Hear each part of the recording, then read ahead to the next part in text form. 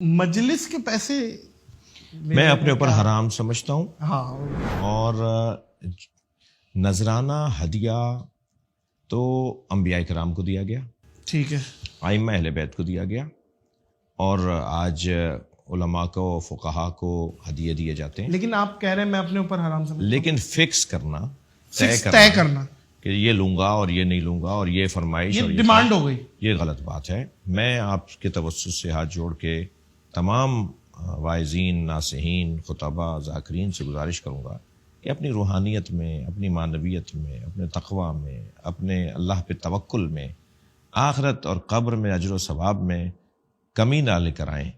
یہیں پر معاملات کو طے کر کے کچھ چھوڑ دیجئے قبر کے لیے بھی, آخرت کے لیے بھی. تو میں تو ہرگز کوئی, میں آپ کے چینل کے توسط سے اعلان بھی کر رہا ہوں کہ کوئی ڈھونڈ کے لائیے کہ جس سے میں نے کہا ہو. اب کہا جاتا ہے کہ یہ تھوڑی کہیں گے, ان کا سیکٹری کہتا ہے. تو میں ہاں یہ تو بھائی وہ سیکٹری کون ہے جس نے آج تک آپ سے بات کی ہے؟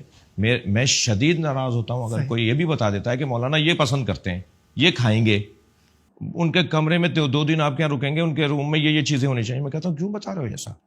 میں جاؤں گا وہاں دیکھوں گا, اگر نہیں ہوئی تو میں خود ہی کہہ دوں گا کہ یہ چیز بڑھا دیجیے, اور وہ دیکھوں گا یہ کر بھی سکتا ہے. بیچارہ غریب آدمی.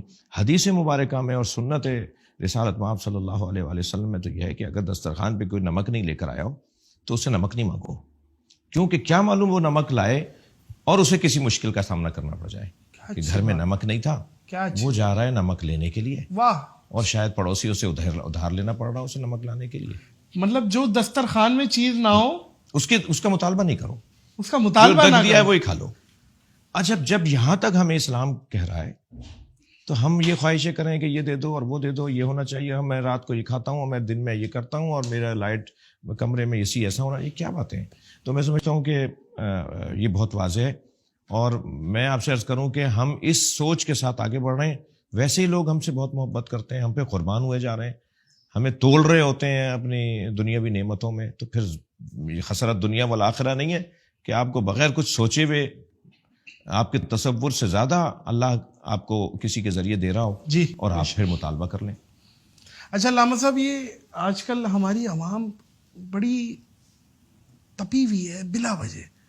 کسی کو گاڑی میں بھی یوں دیکھو تو وہ یوں آگے سے دیکھنے لگ جاتا ہے, اور ہارن بجانا, صبر ختم ہو گیا ہے, ٹریفک کی پاسداری نہیں کر رہی, یہ میجورٹی جو دکھتا ہے روڈوں پہ.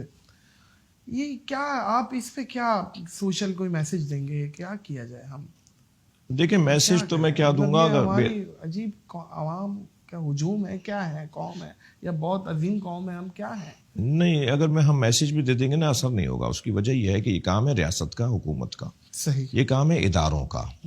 جب ادارے ہی یہ کام نہ کر رہے ہوں تو عوام کیوں کرے گی؟ جن ممالک میں ان پر عمل ہوتا ہے وہاں ادارے عمل کروا رہے ہوتے ہیں.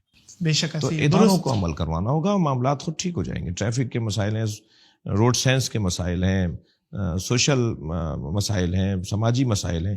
یہ حکومتیں, ادارے, ہر کام کا ادارہ بنا ہوا ہے, ان ساری چیزوں کے ادارے بنے ہوئے, تو وہ بس گھر بیٹھ جائیں, عوام کرے خود یہ کام. ان کو کروانا ہے نا. قانون نافذ کرنے والے اداروں کو کیوں بنایا گیا ہے؟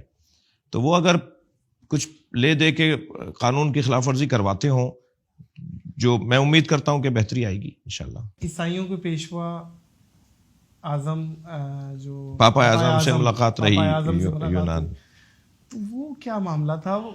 آپ وہاں کہاں چلے گئے؟ میں وہاں کہاں چلا گیا؟ یہ کیا معاملہ؟ وہ اصل میں یہ تھا کہ ہم گئے ہوئے تھے, یورپ گئے ہوئے تھے, تو گفتگو رہی. اچھا, آپ کو یہ بات تو واضح ہے کہ برابر کی تعداد اہل سنت کی ہمیں سننے آ رہی تھی مجالس میں. اچھا, جی ہاں. تو وہاں کے جو وہاں کے مسائل کو دیکھنے والے لوگ ہیں, انہوں نے ایک ذکر کیا کہ یہاں مسلمانوں کے قبرستان کی زمین کا بڑا ایشو ہے. یعنی مسلمان کہاں دفنائیں اپنے ملک؟ کہاں پہ؟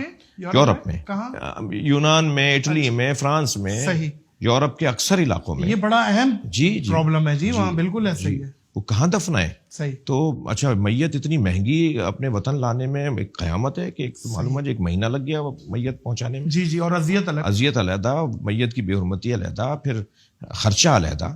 تو یہ وہیں جب شفٹ ہو گئے, پوری فیملی وہیں رہتی ہے, تو یہ چاہتے ہیں اپنے عزیز کو وہیں دفنائیں. تو قبرستانوں کی زمین نہیں ہے. اچھا بھائی, کون دیتا ہے, یہ کیسے ہوگا مسئلہ حل؟ تو انہوں نے کہا آپ کروا سکتے ہیں. میں نے کہا بھائی میں کیسے کروا سکتا ہوں؟ کہا یہ مذہبی مسئلہ ہے, اور یہ پاپا اعظم یا جو مسیحیوں کی جو مذہبی پیشوا اور سربراہی ہے ان کے ہاتھ میں یہ ایک کام یہ بھی ہے ان کے ہاتھ میں. اور تو میں نے کہا جی آپ اس رابطہ کیجئے. تو خیر کچھ دن انہوں نے لگائے ہم پر تحقیق کرنے میں کہ وہ مل کس سے رہے. انہیں تو یہ نہیں بتایا تھا ہم نے کہ ہم قبرستان مانگنے آ رہے ہیں آپ سے. انہیں تو یہ تھا کہ کوئی مسلمان مسلک کا، مسلمان دین دھرم کا ایک عالم ہے جو ملنا چاہتا ہے. اور پاپا اعظم نے ٹائم دیا. بہت وزیر اعظم اور صدر مملکت کے پروٹوکول کی طرح ان کا پروٹوکول ہے. اچھا جی ہاں. وہاں پہ؟ جی آرتھوڈاکس کے آپ کو پتا ہے کہ کیتھولک، آرتھوڈاکس، اسی طرح ایک اور کوئی فرقہ ہے. یہ 3 فرقے ہیں مسیحیوں میں اور ان تینوں کے سربراہ علیحدہ ہیں. جیسے ہمارے ہاں بریلویوں کا مفتی اعظم علیحدہ اور شیعوں کا مرجع تقلید علیحدہ اور دیوبندیوں کا مفتی اعظم علیحدہ، اسی طرح ان کے ہاں بھی مفتیان اعظم علیحدہ ہیں. تو یہ پاپا اعظم آرتھوڈاکس کے مفتی اعظم ہیں. تو ان سے ہم ملے الحمدللہ بہت اچھی. ہم نے جب ان کے سامنے یہ مسئلہ رکھا تو انہوں نے فوراً تسلیم کیا اور آرڈر جاری کیا کہ، تو انہوں نے پوچھا کہ سنیوں کے لیے یا شیعوں کے لیے. میں نے کہا دونوں کے لیے. اور دونوں کے لیے ہم نے زمینوں کا مطالبہ کیا اور امید ہے کہ میرے بعد والے لوگوں نے اس مسئلے کو آگے دیکھا ہوگا. بہت اچھی ملاقات رہی. انہوں نے کچھ ایسی باتیں ہمیں بتائیں جو ہمارے لیے، انہوں نے کہا افغانستان اور شام سے ہم نے مسلمان یتیم بچوں کو اپنے یہاں کے یتیم خانوں میں رکھا ہوا ہے. ہم انہیں پال رہے ہیں، ہم انہیں کھلا رہے ہیں، ان کو ہم پڑھا رہے ہیں اور ان کے ہی دین پر ان کو عمل کی اجازت ہوتی ہے.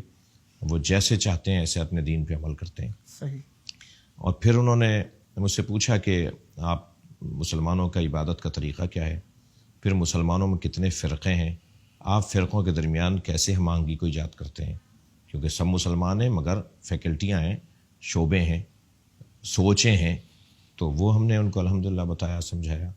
اور میں نے ان سے کہا جو اس وقت کے وہاں کے اخباروں نے بہت لکھا اس کو، 18-20 وہاں کے اخباروں نے اس ملاقات کو اٹھایا، اہمیت دی. بالکل. اور اس میں یہی بات کی کہ انہوں نے بات کی ہے، کہا کہ ہمارا علمی اختلاف ضرور ہے فرقوں کے درمیان مگر ہم سب ایک ہیں.